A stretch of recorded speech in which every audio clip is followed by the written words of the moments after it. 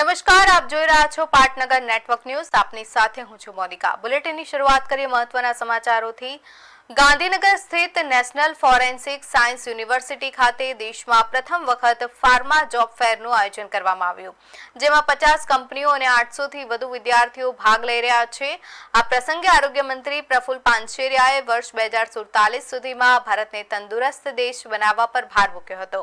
તો બીજી તરફ રાજકોટમાં મોટા પાયે અખાદ્ય વસ્તુઓ ઝડપાવવાના મામલે મંત્રીએ કડક શબ્દોમાં ચેતવણી આપતા જણાવ્યું હતું કે લોકોના સ્વાસ્થ્ય સાથે ચેડા કરનાર ભેળસેળિયાઓને કોઈ પણ સંજોગોમાં છોડવામાં આવશે નહીં. હાલ આ અંગે ખાસ ડ્રાઈવ ચલાવવામાં આવી રહી છે અને રાજકોટના બંને કેસમાં વેપારીઓને 6 મહિનાના કેદની સજા ફટકારવામાં આવી છે. આ ઉપરાંત તેમણે ઉમેર્યું કે આવી ફરિયાદો મળીએ આકરા પગલાં લેવાશે અને સમાજે પણ આવા તત્વોનો સામાજિક બહિષ્કાર કરવો જરૂરી છે.